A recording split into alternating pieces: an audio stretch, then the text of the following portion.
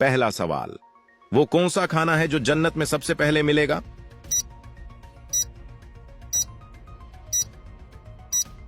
सही जवाब है मछली की कलेजी।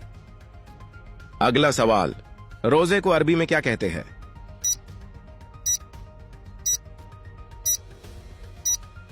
सही जवाब है सोम। अगला सवाल, हुजूर इकरम की बताई हुई वो कौन सी चीज है जिसको खाने से जहर असर नहीं करता?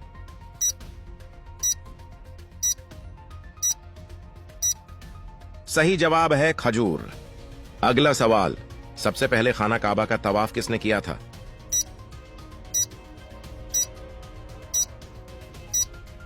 सही जवाब है फरिश्तों ने। अगला सवाल, किन लोगों को क़यामत वाले दिन अंधा करके उठाया जाएगा?